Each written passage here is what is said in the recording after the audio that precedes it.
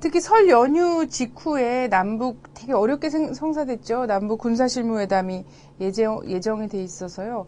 설 연휴에도 내내 좀 가슴이 더 많이 뛰었던 것 같아요. 어떻게 될까 막 이러면서 설레었는데 직업병이죠. 네, 또 많은 사람들이 기대를 걸고 설 연휴 이후에 또 남북 간 좋은 소식이 들려왔으면 좋겠다. 뭐 이런 기대를 갖고 연휴를 보내지 않았을까 이런 생각을 좀 해보고요.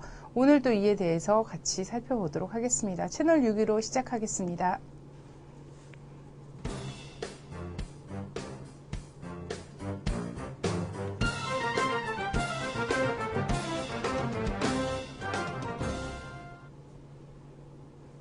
네, 원문 자료실입니다. 오늘 원문 자료실 시간에는요, 북의 그 적십자회 중앙위원회 부위원장의 명의로, 인터뷰, 남쪽의 그 빠른, 적십자 회담을 빨리 이제 개최를 하자라는 그런 뭐 진정성이 담긴 걸로 저는 보여지는데요. 이런 촉구하는 인터뷰 기사가 있어서 이 인터뷰를 좀 소개를 시켜드릴까 합니다. 자, 조선신보에서요, 북의 적십자회 중앙위원회 부위원장 최성익, 남북 적십자 회담 단장의 명의로 해서요, 지난 4일 날입니다. 그 중단된 남북 적십자 회담 하루빨리 개최할 용단을 내릴 것을 남쪽에 촉구하면서 올해 봄부터 흩어진 가족, 이산 가족, 친척들의 상봉을 시작할 때 대한 강한 의향을 표시를 했다고 합니다. 관련한 인터뷰 내용 중에서 주요한 부분 일부를 좀 살펴보도록 하겠습니다. 자, 성의 편지 답변 기다리고 있다. 남북 적십자 회담 개최하자고 제의한 의도는 연합성명의 중대 제안에 따르는 실천적 조치의 하나로 남북 적십자 회담을 빨리 재개하여 흩어진 가족, 친척 문제도 해결하고 남북 사이의 대화와 관계 개선, 협력의 분위기도 마련하자는 것이었다. 지난 시기 쌍방 적십자 단체는 남북 사이의 대화와 관계 개선의 분위기를 세우는데 선도자적 역할을 해왔다고 할 수 있다. 적십자 회담은 흩어진 가족, 친척 문제를 비롯한 인도주의 문제들을 협의 해결하는 마당으로서 남조선 당국이 내세우고 있는 그 무슨 전제 조건에 구애됨이 없이 진행되어야 하며 그렇게 하여 해결을 기다리는 인도주의 문제들을 하루빨리 해결해 나가야 한다. 적십자 회담 개최 제의에 대한 남측의 반응은 한마디로 무반응이다. 우리의 회담 제의에 남측 적십자사는 제의한 회담 날짜 2월 1일이 되어도 아무런 회답 통지문도 보내오지 않았다. 1일 또다시 우리 적십자회 위원장이 남측 총재에게 편지를 보냈지만 아무런 응답도 없다. 그런데 적십자사 총재가 편지 전문을 정확히 받았는지 통일부가 쥐고 있는지 어떤지 모른다. 지난해 10월 26일 적십자 회담 시 남측이 우리에게 넘겨준 기본 발언문을 보니 적십자 회담인데도 명의는 통일부로 되어 있었다. 남측은 곧 시정을 하였으나 얼마나 통일부의 통제를 받고 있는가를 보여주는 사례다. 인도주의 문제 해결이 전반적 남북관계를 개선하는 데 노는 역할은 잠옷 크다. 남북 인도주의 문제에는 물자를 주고받고 서로 도와준 협력 문제가 있고 흩어진 가족, 친척 문제가 있다. 후자는 우리나라만의 특수한 문제로서 우리는 이 문제를 중시하고 있다. 그들이 상봉도 하고 생사 주소도 확인하며 인도주의적 협력 사업을 활발히 전개해 나가면 혈육의 정도 나누고 끊어진 민족적 유대를 이어나갈 수 있으며 자연히 통일을 위해 함께 노력할 각오와 결의도 가지게 되며 화해와 협력의 분위기를 세워 전반적 남북관계 발전에 크게 영향을 줄 수 있다. 참, 적십자 회담 하나 하기도 이렇게 힘들고 첩첩산중이라는 것을 새삼 깨닫게 해주는 그런 자료가 아닌가 싶습니다. 맨 마지막 부분 인도주의 문제 해결이 전반적 남북관계 개선하는 데서 이렇게 중요한 역할을 한다고 많은 사람들이 여기고 있을 건데요. 아마 이런 의의 때문에 통일부가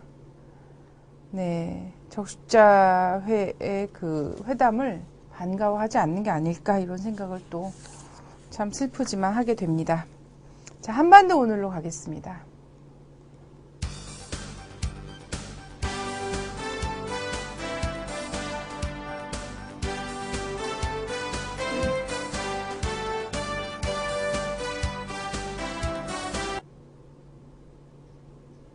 동북아 평화번영 프로젝트 문경환 대표님 오셨습니다. 안녕하세요. 예, 안녕하세요. 자, 명절 뭐 잘 보내셨어요? 예, 잘 보냈습니다. 또 아이들과 오랜만에 상봉해서 맞는 명절이라서 특별히 또 뜻깊게 보내셨을 것 같습니다. 네. 자, 저희 똥가방님, 예일당님, 의아님도 예, 잘 보내셨죠? 예. 자, 전반적으로 네, 중심이 이동이 됐네요. 예, 오늘 그 남북 군사실무회담이 있었습니다. 아직도 진행 중이죠? 예, 아직 뭐 끝났다는 보도가 안 나오고 있습니다. 네, 일단 이 군사실무회담이 울며 겨자 먹기식으로 좀 된 측면도 있기도 하고 뭐 그렇습니다만은 관련돼서 보도는 지금 좀 나오고 있나요? 뭐 결과 보도는 아직 안 나왔고요. 기본 네. 비공개로 하는 회담이다 보니까 내용이 얼마나 공개될지는 모르겠습니다. 국방부 쪽에서는 일단 회담이 끝나면 네. 뭐 언론 보도를 하겠다, 언론 발표를 네. 하겠다라고 했는데 얼마나 발표할지 잘 모르겠고요. 네. 그 언론에 보도되고 있는 것만 좀 종합해 보면 이 회담 전망이 낙관적이지는 않더라고요. 네. 그러니까 우리 남쪽 언론에서 이 전망하기는 별로 이렇게 낙관적으로 전망을 하지 않고 있고 지금 네. 주로 이제 의제 때문에 많이 그 논란이 벌어지고 있는 것 같은데 의제는 천안함 문제, 연평도 문제를 기본으로 하자라는 것까지는 합의가 되는데 문제는 북은 이 고위급 회담에서 천안함과 연평도 문제에 대한 입장을 밝히자라는 거고 남쪽은 사과를 해야 된다. 그러니까 의제 자체를 사과하는 걸 의제로 삼아야 된다라고 하면서 좀 이제 엇나가고 있는 것 같고요.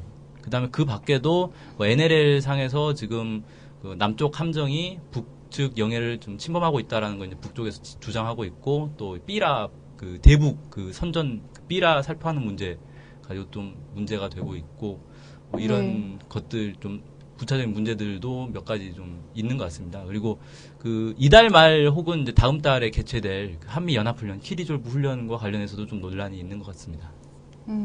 지금 뭐 예견되는 오늘 아침 10시부터 지금 진행되고 있지 않습니까? 예. 예, 10시부터 진행되고 있고 언론 비보도를 지금 전제로 해서 대화가 진행 중이고요. 그래서 지금 관련한 속보는 나오고 있지 않습니다.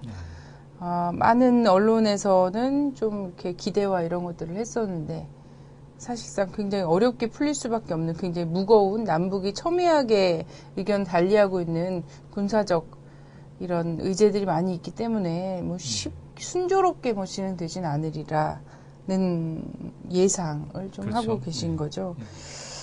그래서 그렇더라도 이거 한 차례로 결렬까지 가진 않지 않을까요? 그렇죠. 뭐 지금 아마 남쪽 당국자도 어떤 발언을 했냐면 실무회담이니만큼 여러 번 갈 수 있다. 그러니까 실무회담을 한 번에 끝내지 않고 뭐 두세 차례 더 갈 수도 있고 그리고 북쪽에서도 실무회담의 급 자체를 대령급으로 제안했다는 건 실무회담 자체를 상당히 비중 있게 진행하겠다라는 그런 의도도 보입니다. 그러니까 아무래도 실제 고위급 회담으로 가는데 어려움이 예상이 되기 때문에 북쪽에서도 고위급 회담 가기 전에 실무회담에서도 상당히 중요한 논의들을 좀 하고자 하는 의도가 있지 않았겠는가 이런 생각도 좀 들고요. 그래서 바로 고위급 회담이 합의가 될지 아니면 실무회담을 몇 차례 더 하게 될지는 좀 지켜봐야 될 것 같습니다. 근데 이 그 남북 군사실무회담 자체가 남과 북이 뭐 특히 남쪽 정부가요 굉장히 원해서 된 지금 상황은 아니지 않습니까? 그렇죠. 이 여러 가지의 분위기상 압박을 받아서 지금 이 대화타까지 나가는 이런 과정들이 있었기 때문에 이 남북 군사실무회담의 결과 자체가 미치는 영향이 남북 대화에만 있지 않을 건데요. 육자회담까지 바로 뭐 연결된다고 봐야죠. 조금 예상을 해보면 어떻게 될까요? 지금 몇 가지 좀 예측이 있는데 기본 이게 자칫하면 남북 대화가 좀 지지부진하게 좀 질질 끌려가면 미국에서는 이명박 정부는 제끼고 그냥 육자회담으로 바로 넘어가겠다라는 생각도 있는 것 같습니다. 이게 여러 언론 보도에서 좀 나오고 있고요. 그래서 이게 남쪽 그 이명박 정부가 어떻게 이제 대북 정책을 임하느냐에 따라서 사실 이 한반도 문제를 다루는 네. 이 회담장에 남쪽 정부가 주도적으로 참가할 수 있느냐 없느냐가 좀 걸려 있는 문제가 아닌가 이렇게 생각되고 이런 이 육자회담 자리에서 좀 밀려나기 싫으면 최대한 지금 남북 대화에 좀 적극적으로 나서야 되지 않겠나 이런 생각을 좀 해봅니다. 네. 자, 근데 요 군사실무회담이 연휴에 아마 이명박 정부가 굉장히 골머리를 썩은 하나의 일이었을 것 같습니다. 북이 요구한 대로 2월 초에 좀 먼저 이렇게 했으면 오히려 더 나았을 것 같기도 하긴 한데, 네. 준비하는 기간도 필요했고 했을 것 같긴 합니다만, 하여간 이 연휴 내내 군사실무회담을 준비했을 걸로 보이고요. 그런데 공교롭게도 연휴 내내 굉장히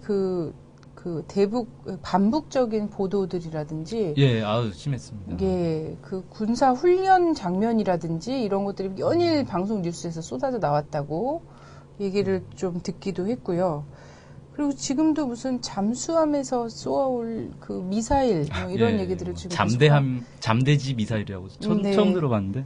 함대지 미사일, 네, 잠대지 미사일 이렇게 얘기하는. 예. 이거는 또 어떤 얘기죠? 도대체 군사실무회담 하면서 이런 보도가 같이 되는 이유가 뭘까?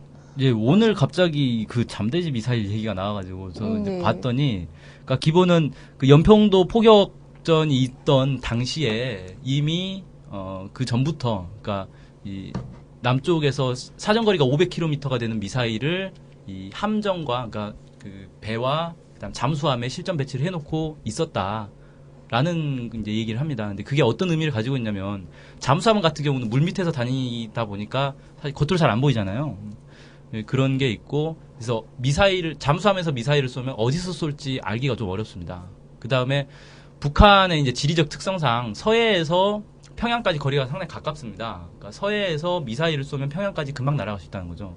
그런 것들을 이제 그 군사적으로는 좀 이용을 해서 서해의 잠수함에 사정거리가 긴 미사일을 배치를 해놓고 있다라는 걸 이제 이야기를 함으로써 북한 측을 좀 압박하는 의미도 있겠고 또 하나는 연평도 이 포격 사건과 관련해서 이 국민 여론이 사실 그렇게 좋지는 않습니다.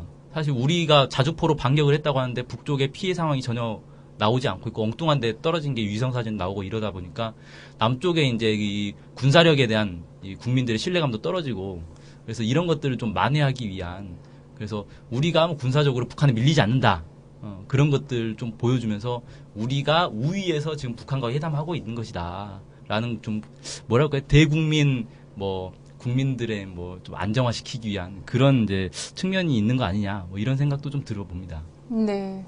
어쨌든 대화탕에 끌려나간 것 같은 그런 모습은 좀 피해보고 싶다 이러는 그렇죠. 거죠. 네. 예. 그래서 우리도 군사력이 막강하고 그리고 언제든지 북을 침공할 수 있는 이런 무기들도 배치를 은밀히 예전부터 해놓고 있었다. 그리고 지금도 여전히 하고 있다. 국민들 이걸 그 이명박 정부가 획 돌아서서 남북 대화를 하자고 하는 걸로 보고선 들고 일어서지 마시라. 특히 조갑제 같은 분, 그러면서 반앤비 전선에 함께 하지 마시라. 이런 의미일 수도 있겠다. 이런 말씀인데요. 네. 하여튼 군사실무회담 결과, 이거 오늘 언제쯤 끝나죠? 글쎄요. 원래 예견된 시간은 없죠? 예, 이런 건 워낙에 실무회담이라는 게 실무자들이 하는 거라서. 네. 그래서 하여튼 좀 진행이 될 것 같고요. 예, 지금 현재도 진행 중에 있는 걸로 보여지고, 사실 지금 채팅창에 쭉 나오는 것처럼요. 이번에 북쪽의 실무회담 단장으로 나오신 분이, 천안함 사건 이후에 북쪽에서 내외신 기자들을 모아놓고서는 그 기자회견을 주도하신 사람이잖아요. 그렇죠. 예, 그렇다 보니까 천안함 관련해서 한국 측에서 지금까지 국민들한테 이야기했던 이런 것들을 갖고 들고 가서 이제 일본이니까 북이 쓱한 거다 이런 식으로 얘기를 해도 별로 통할 것 같지 않고 해서 결국 남쪽에서 주장한 일본 어뢰를 들고 나와라. 북의 어뢰는 우리가 우리가 갖고 올 테니 이걸 한번 봐라. 이런 형국이 벌어질 수도 있지 않겠냐 이렇게 얘기를 하기까지 하고 있네요. 네. 예, 그렇습니다. 자, 군사실무회담은 어쨌든 더 또 자세한 결과가 나오게 되면 또 다시 한번 분석하는 기회를 갖도록 하겠습니다. 자연스럽게 연휴 내내도 북에 대한 이런 그 대북 적대 언론 보도라고 해야 되나요? 네. 이런 것들이 계속 이어져 있었는데요. 최근에 북의 어선이 뭐 NLL 남쪽으로 넘어왔다. 예, 그게 예. 2월 5일 날 넘어왔으니까 네. 설 연휴 직후에 넘어온 거죠. 네. 연휴가 아니라 금요일 날 넘어온 거죠. 네.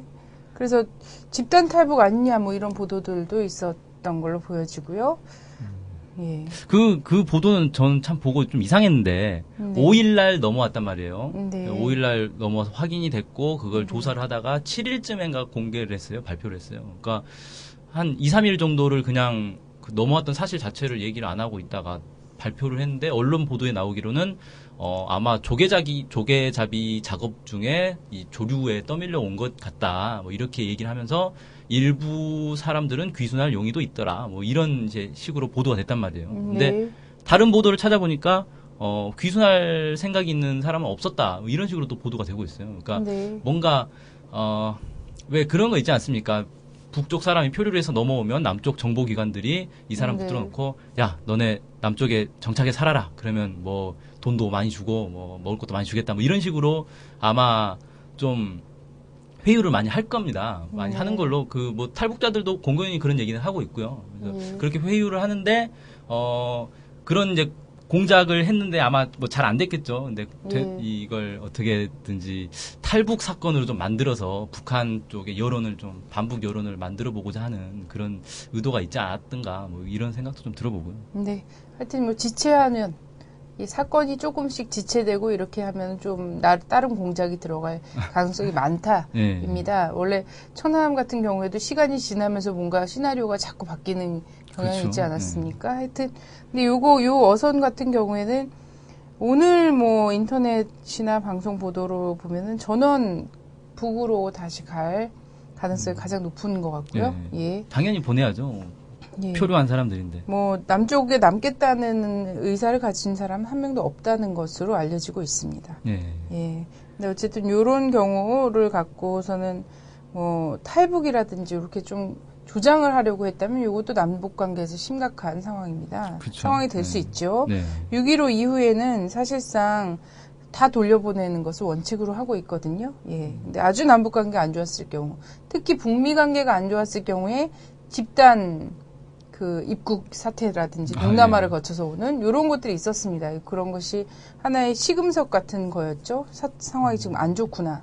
남북관계 안 좋구나. 북미 관계가 안 좋구나 할 수 있는 시금석 같은 거였는데 이번에 어쨌든 그런 거 없이 다 돌려보낼 수 있으면 좋을 것 같습니다. 네. 자, 어쨌든 이 설을 전후로 이 반북보도 계속 거세했었는데 요걸 또 어떻게 좀 봐야 될까요? 그러니까 기본은 아마 그 잠수함 뭐 잠대지 미사일 그런 보도와 비슷한 유형이다 저는 그렇게 좀 보여지는데 네. 그러니까 뭐 언론 보도를 보니까 이런 보도들이 많더라고요. 주로 이제 식량과 관련해서 설 때 뭐 먹을 게 없어서 북한 주민들이 굶주렸다. 네. 근데 제가 그 보도를 보니까 어떤 식이냐면 작년에 북한의 식량 생산량이 줄었다더라. 그냥 줄었다더라. 뭐 남쪽의 전문가의 분석입니다. 그냥 줄었다더라. 그래서 북한은 아마 설에도 굶주릴 것이다. 라는 그냥 추측 보도예요. 이게 그냥 소설이죠, 사실상. 직접 누가 취재를 한 것도 아니고 북쪽에 무슨 북쪽 정보원이 제공한 정보도 아니고 아무런 그런 근거도 없이 그런 식의 보도들이 근데 설날 때 인터넷으로 이렇게 뉴스 검색을 해보니까 그런 것들이 막 머리 기사로 계속 올라오더라고요. 그래서 북한이 지금 뭐 오늘은 또 보니까 무슨 그 한참 그 90년대 말에 막 유행하던 뭐 인육을 먹더라 뭐 이런 것까지 나오던데 참 그 어이가 없죠. 사실관계를 따지면 웃기지 않습니까 이게. 그 며칠 전에 조선일보 그 보도를 보니까 이런 보도가 있더라고요. 요즘 그 북쪽으로 삐라를 날릴 때 그 옛날에는 그냥 종이에다가 달러 지폐 넣어가지고 보내지 않았습니까? 네. 최근 들어가지고 이제 몇 년 전에는 DVD를 많이 넣었다 그래요. 그러니까 북쪽의 주민들이 집집마다 DVD 플레이들이 있기 때문에 DVD를 넣으면 사람들이 볼 수 있다. 뭐 이런 주장을 하더라고요, 이 사람들이. 근데 최근에는 USB를 넣는답니다. 어이구. 그래서 USB에다가 파일을 저장해가지고 보내준다는데, 그러니까 북한 주민들이 집집마다 컴퓨터가 있으니까 그 USB를 보내줘도 주민들이 그걸 보고 남쪽에 대한 환상을 가질 것이다 그런 얘기를 하는데. 한국 농촌보다 상황은 훨씬 좋은 상황이네요. 그러게 말입니다. 그러니까 뭐 IT와 관련된 한 DVD도 집에서 DVD 보고 컴퓨터 보면서 간식으로 인육을 먹는지는 모르겠는데 뭐 말도 안 되는 앞뒤가 말도 안 맞는 그런 이제 주장들을 하면서 뭐 북한의 뭐 식량 사정이 안 좋네, 뭐 군에서 뭐 동요 사태가 있네, 뭐 이런 식의 보도들이 최근에 갑자기 집중되고 있는데, 그게 제가 볼 때는 이제 그 북한을 압박하는 압박하려는 의도도 있겠지만 남쪽 국민들의 동요를 막으려는 그런 의도도 있지 않겠는가 이런 생각도 좀 해보거든요. 그러니까 네. 지금 갑자기 남북 대화가 북쪽에서 대화를 계속 제의를 하고 있고 남쪽에서는 거의 대화를 하기 싫은데 뭐 안 할 수도 없는 그런 애매한 상황이 좀 되고 있기 때문에 남쪽 주민들에게 동요하지 말아라. 북쪽이 지금 어려워서 대화를 요구하는 거고 우리가 거기에 끌려갈 필요 없다. 뭐 이런 식의 좀 남쪽 국민들을 대상으로 하는 일종의 그런 이제 언론 플레이가 아닌가 그런 생각을 좀 해봅니다. 네. 자, 한국 정부가 작년부터 계속 그 북을 향한 심리전 이야기를 굉장히 많이 할 때부터 저희 방송에서 말씀 많이 드렸습니다만 사실 우리 국민을 향한 심리전을 계속하고 있다라는 말씀 그런 네. 것들이 어떤 뭐 북의 뭐라 그래야 될까요? 준비 태세나 이런 것과 관련해서 군의 사기, 인민군의 사기나 이런 거 관련해서 미치는 영향보다는 남쪽 국민에게 심리적으로 미치는 영향이 더 크다. 그래서 남쪽 국민들을 향한 심리전이다. 이런 해석을 많이 드렸었는데 북에 대한 지금 이 반북 보도에 지금 그 관역이 사실 국민들의 마음을 향하고 있지 않나 이런 생각을 좀 해보고요. 네. USB나 DVD를 계속 날리는 걸 보면 반도체 대기업이 스폰을 주고 있는 건 아닌지, 혹은 이 반도체 대기업의 생산 그 잉여물을 좀 어떻게 해소를 해주기 위한 재고 처리. 방도가 아닌지 이런 생각까지 좀 들고요. 이럴 정도 있으면 한국의 그 IT 인프라를 좀 농어촌까지 좀 이렇게 하는데 좀 이바지하는 이런 모습을 좀 보였으면 좋겠는데요. 그렇습니다. 인육 먹는 것도 그랬고, 어쨌든 지금 북에서 급변 사태, 작년에 그렇게 노래를 부르던 급변 사태 있지 않습니까? 네. 대량 탈북이라든지, 아니면 안에서의 그 지도부의 유고라든지, 이런 것들에 대해서 굉장히 많은 기대감과 이런 걸 갖고서는 부흥 계획이라든지 이런 것들을 쭉 만들어냈잖아요. 한국 네. 정부가. 네. 근데 어쨌든 어선이 한 척 떠내려오니까 얼씨구나 좋구나 했죠. 그 시나리오 중에 하나 이 대량 탈북 사태인가 하고선 또 기대감을 갖고 이렇게 했는데 그것이 아니었고, 또 인터넷 조선이라든지 이런 데서 만들어내는 인육을 먹는다거나 아니면 북에서 초상화를 무슨 불을 질렀다거나 이런 뉴스들이 있지 않습니까? 이런 뉴스들이 또 한번 부흥이라든지 작게 502구 이런 거에 좀 불을 지필 수 있지 않을까 이런 기대감을 갖고 있는 것 같은데, 좀 지금 정세에서는 좀 허황되다 이런 생각이 좀 들고요. 그렇죠. 네. 자, 이 남북관계 이명박 정부의 대북 정책 어쨌든 좀 방향 전환을 해야지 될 것 같고요. 대화도 한쪽에서는 마지못해 시작도 한 것 같고, 압박도 좀 오는 것 같고, 육자회담 이제 실무 접촉이나 이런 것들도 가시화될 거고요. 이런 상황에서 이명박 정부 대북 정책이 조금 바뀔 가능성이 있나요? 지금 이제 바뀌어야 되는 상황인 것 같습니다. 근데 바뀌어야 되는 상황인데 실제 바뀔지 그건 잘 모르겠는데, 이 이명박 정부 대북 정책에서 제일 지금 이 걸림돌이 되고 있는 게 저는 그 현인택 통일부 장관이라고 생각합니다. 그 통일부 장관이라는 직책을 가지고 있으면서 가장 이제 반통일적인 행보를 보이고 있는 사람이 바로 이제 현인택 통일부 장관이고, 지금 보면은 국회회담을 북에서 제안을 했는데 통일부 장관이 나서가지고 그건 안 된다 이런 식으로 말을 하지 않습니까? 남쪽에 국회에 제안한 걸 정부 기관인 통일부가 나서서 그걸 방해를 한다는 건 참, 뭡니까, 국회를 모독하는 그런 행위가 되겠죠. 뭐 그런 일도 있었고, 아까도 이제 그 원문 자료실에서 잠깐 나왔지만, 적십자사 회담을 하는데 통일부가 거기에 끼어들어가지고 남쪽에 있는 회를 뭐 좌지우지하려고 하는 모습이 드러났다거나, 뭐 이런 것들 보면은 통일부가 오히려 가장 지금 이 남북 대화를 가로막고 있는 그런 부서가 아닌가 이런 생각이 좀 들고, 이명박 정부의 대북 정책의 근간은 그 작년 말에 그 어산지의 이 위키리크스 폭로에서 이제 잘 드러났듯이 북쪽은 곧 망한다, 북한은 곧 망한다 이런 데 기반을 하고 있는 것 같아요.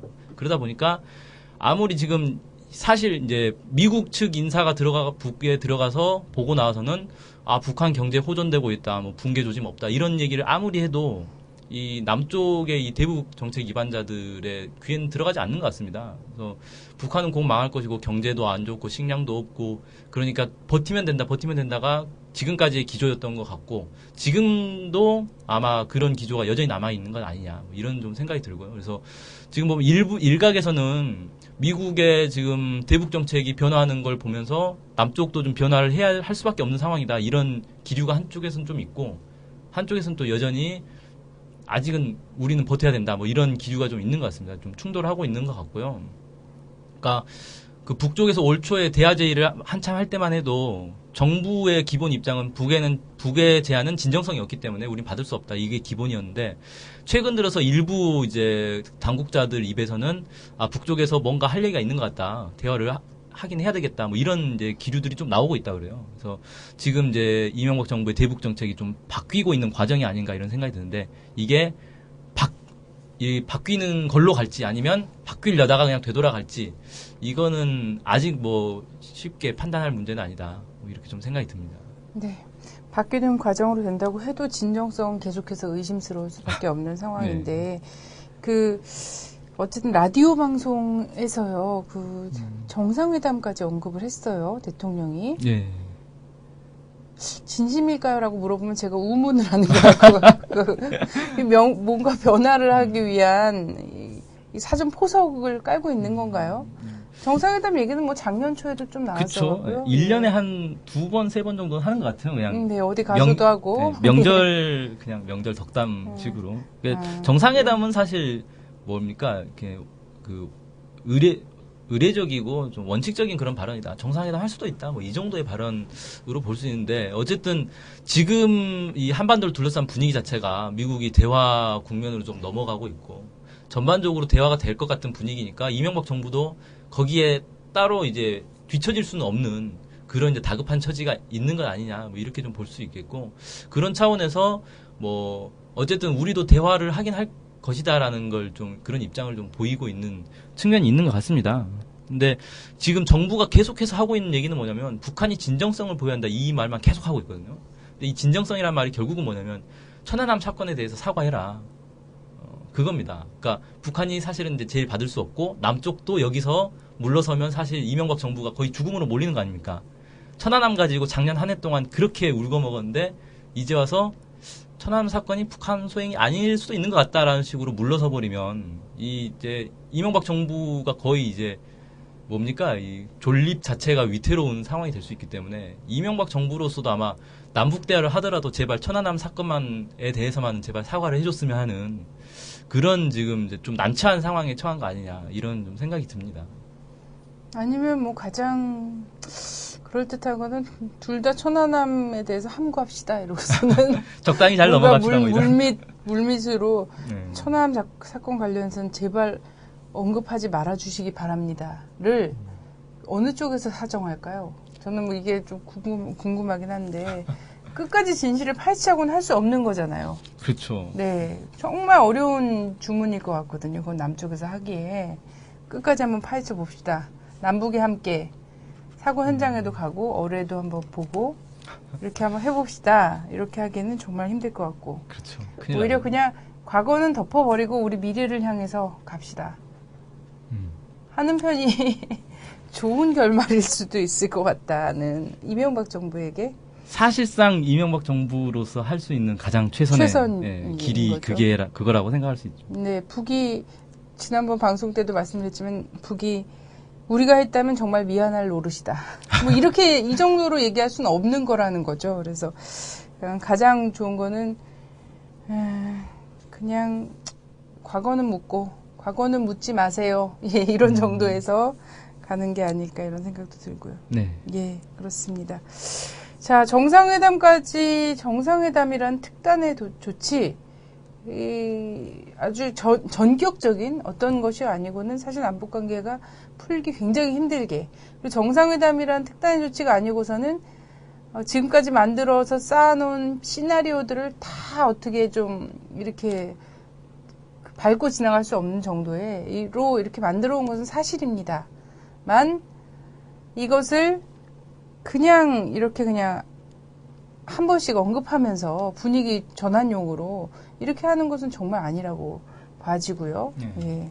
정상회담을 이야기를 하려면 정말 진중하게 진정성을 갖고 그 좋아하는 진정성을 갖고 이야기를 할 일입니다. 자, 남북 관계를 좀 한번 보죠. 남북 그 고위급 군사회담은 그러면 언제쯤 열릴까요?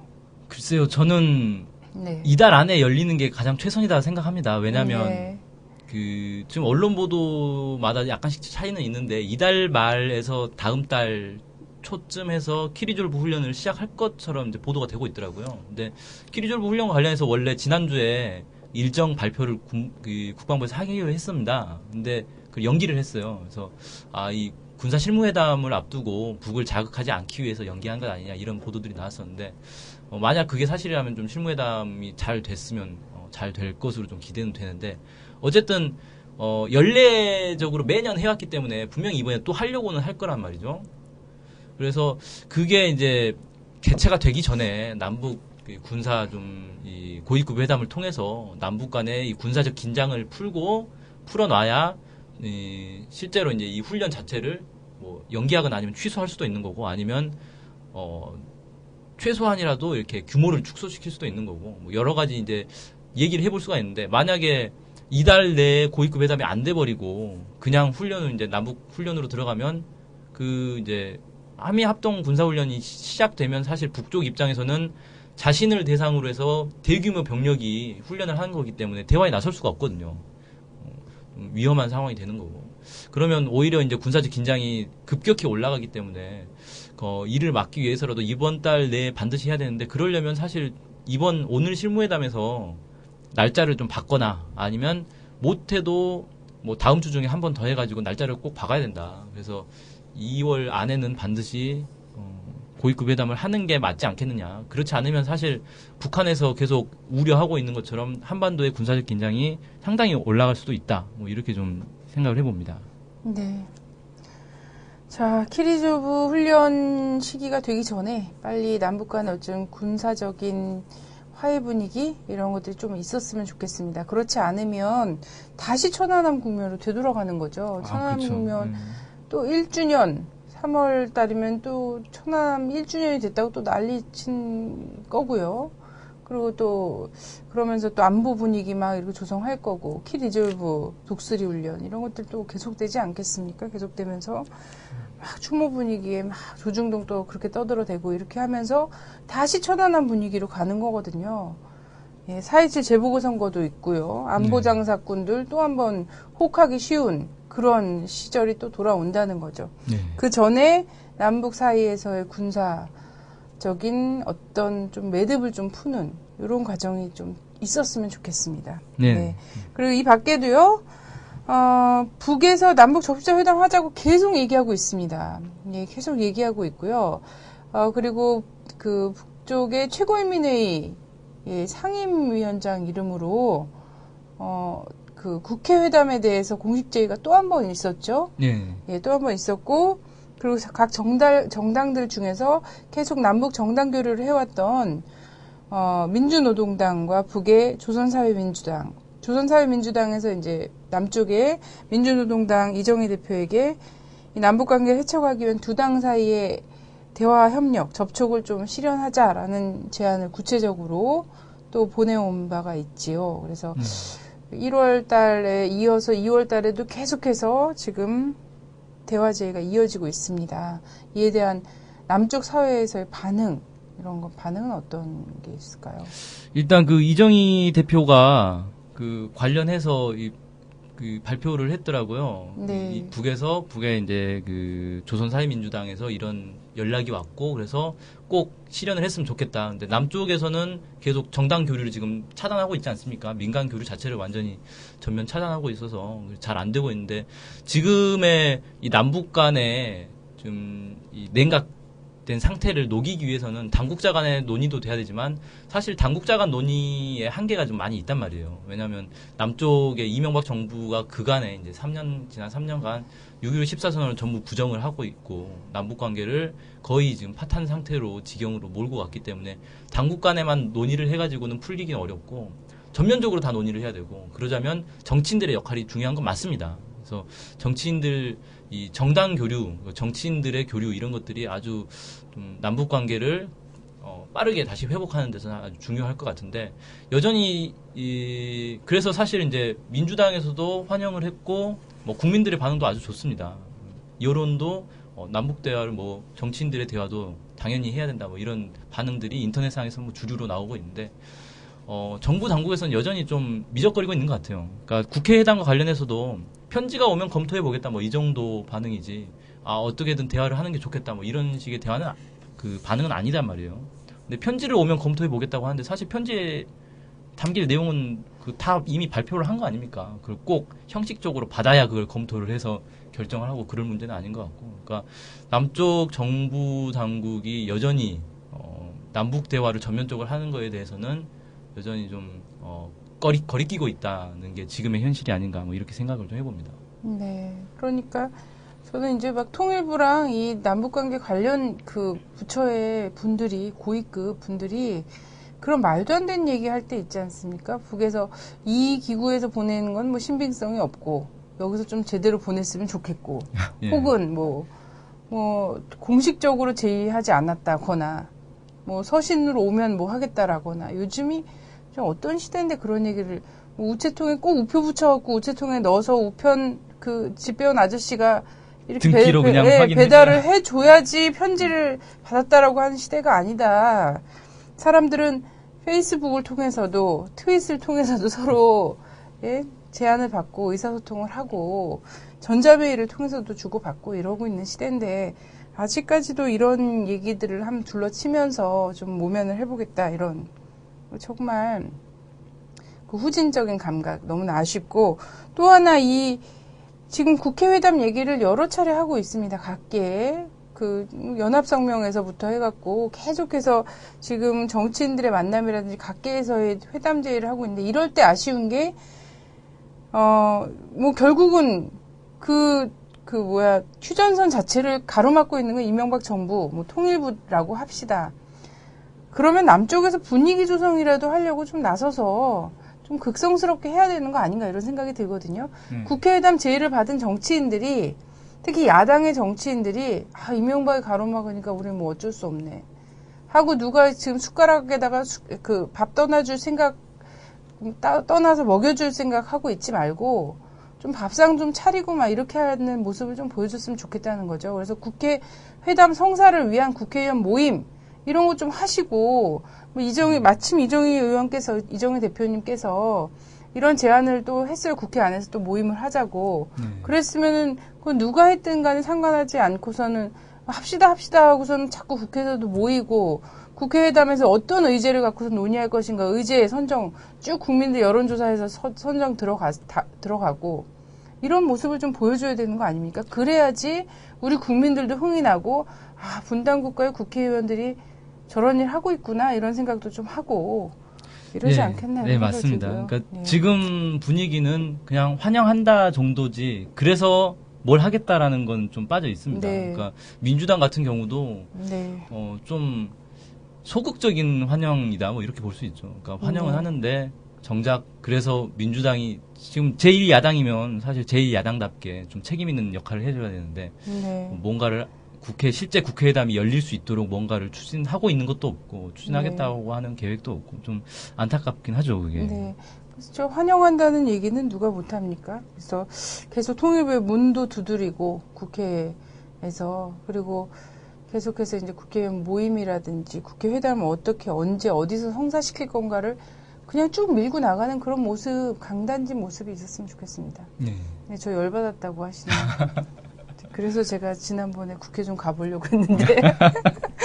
안타깝습니다. 예, 앞으로 그래서 이런저런 회담 전망 어떻게 보시는지요? 일단 지금 언론에서 주로 얘기하고 있는 거는 올 상반기 중에 육자회담이 재개되지 않겠느냐 이런 전망들을 많이 하더라고요. 실제로 육자회담이 될지 뭐 다자회담이 될지 아니면 뭐 양자회담이 될지 북미 간에는 올 상반기 중으로는 대화가 될 것 같고요. 뭐 빠르게는 뭐 3, 4월 중에 될 것이다 이렇게 전망하는 데도 있습니다 지금. 그러니까 올 상반기 중에 분명히 대화가 진행될 것은 맞는데 문제는 이제 남북 대화가 과연 여기서 선행될 수 있겠느냐 이게 좀 문제고 아까도 이제 계속 누차 말씀드리지만 이명박 정부가 대북 정책을 상당히 전향적으로 바꾸지 않는 이상은 남북 대화가 선행되기는 좀 어려운 상황이고 남북 대화가 선행되지 않으면 결국 미국이 북한과 대화를 먼저 시도하는 그런 상황이 될 수 있고 그렇게 되면 뭐 지난번에 스타인버그가 와서 한미 관계 찰떡이라고 했는데 한미 간에 얼굴을 붉힐 수도 있다. 그런 사태까지 올 수 있다라는 것이 좀 몇몇 전문가들이 그런 예측까지 하고 있거든요. 그래서 뭐 한미 관계가 뭐 얼굴 붉히는 거야 뭐 저는 상관없는데 우리 민족의 전망을 열어내는 우리 민족의 운명을 얘기하는 자리에 남쪽 정부가 빠지는 게 과연 맞는 일인가라는 거에 대해서는 좀 심사숙고를 하는 게 맞다 이렇게 좀 생각을 해봅니다. 네. 자, 오늘의 회담이 부디 좀 잘 돼서 앞으로의 회담도 계속 이어나갈 수 있기를 그리고 각계에서 회담 재개를 위한 분발 이런 것들이 꼭 그런 소식이 좀 들려오기를 바랍니다. 네. 오늘 뭐 한반도 오늘 동북아 평화번영 프로젝트 문의 대표 문경환 대표를 모시고 알아봤습니다. 자, 감사합니다. 고맙습니다. 통일로 가는 사람들 가시겠습니다.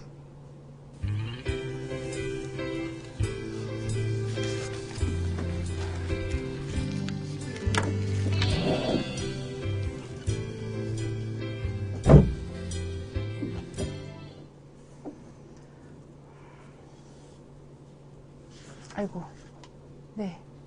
자, 잠시 화면 조정 시간에 보던. 지난주에는 김영근 선생님의 또 재압수수색에 대해서 말씀을 드렸죠.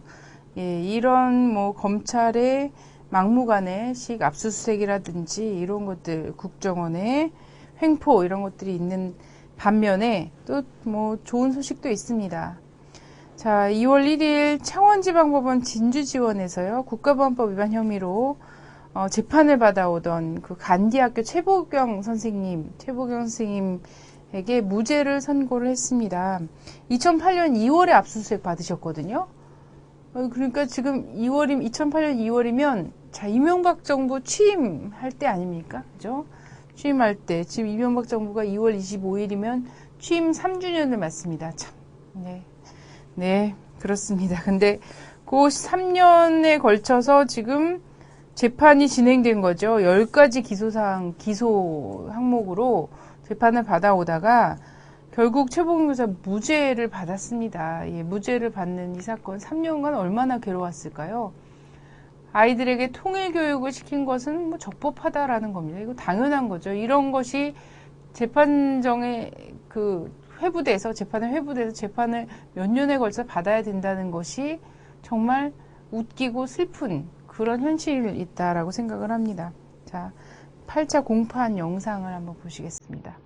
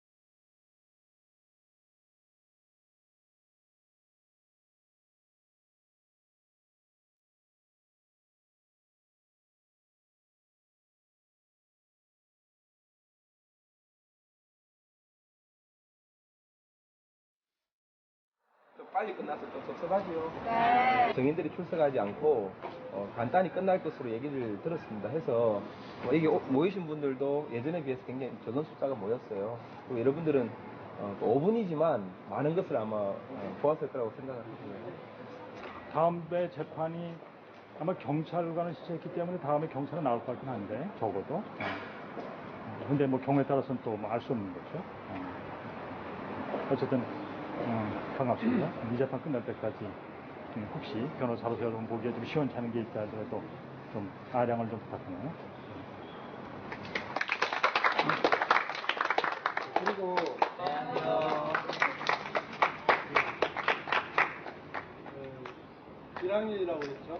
네. 반갑습니다. 아마 세복용 쌤을 만나서 상교육을 하고 있다 이렇게 생각이 듭니다. 우리가 힘을 모아서 세복용 쌤이 무죄 될 때까지 한번 끝까지 한번 싸워봅시다. 감사합니다. 감사합니다. 고맙습니다.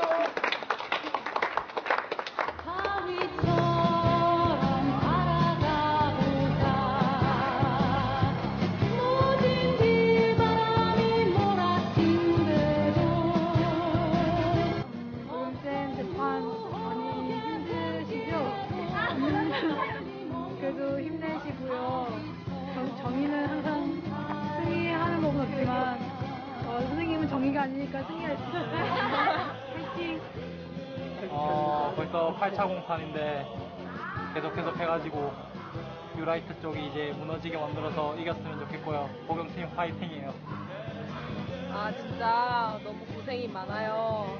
살아있는 역사 가르친다고 선생님이 고생하시네요.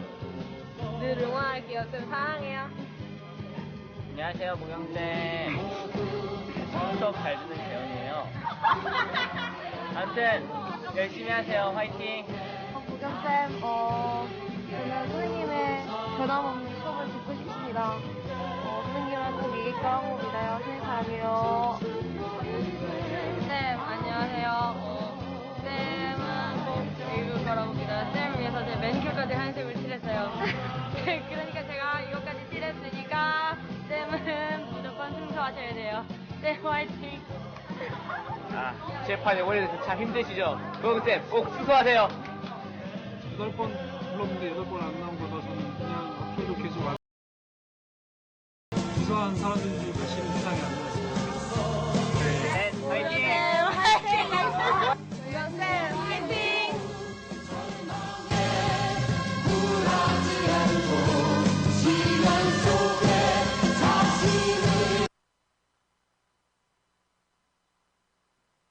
아유, 저런 아이들이 있어갖고 선생님께서 어쨌든 재판을 이기신 것 같습니다. 이기신 것 같고.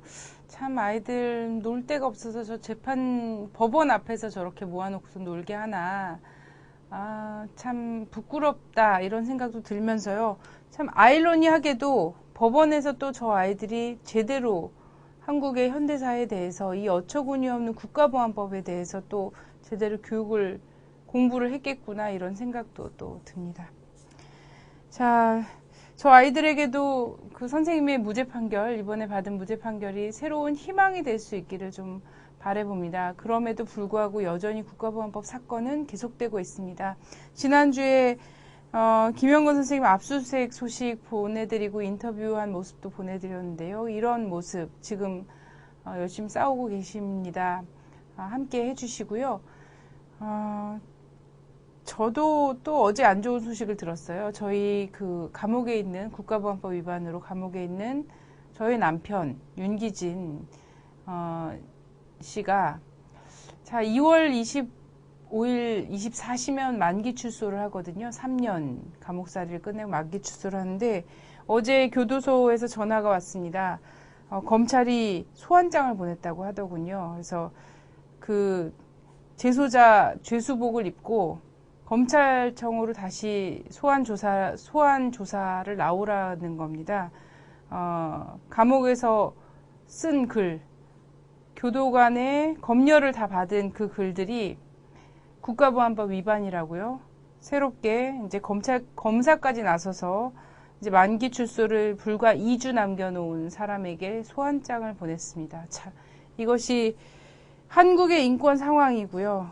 자, 사도 바울조차 그 옥중에서 쓴 글, 지금도 많은 사람들이 신약전서에서 읽고 있지 않습니까? 고린도 전후서.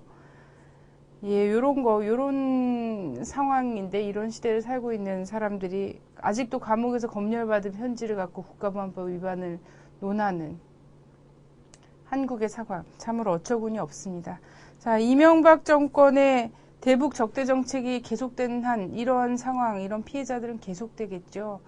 국가보안법 폐지를 위해서, 이 대북 적대 정책 폐지를 위해서 남북 간의 교류와 화해와 통일을 위해서 주권방송 더 열심히 뛰겠습니다. 다음 주에 뵙겠습니다. 고맙습니다.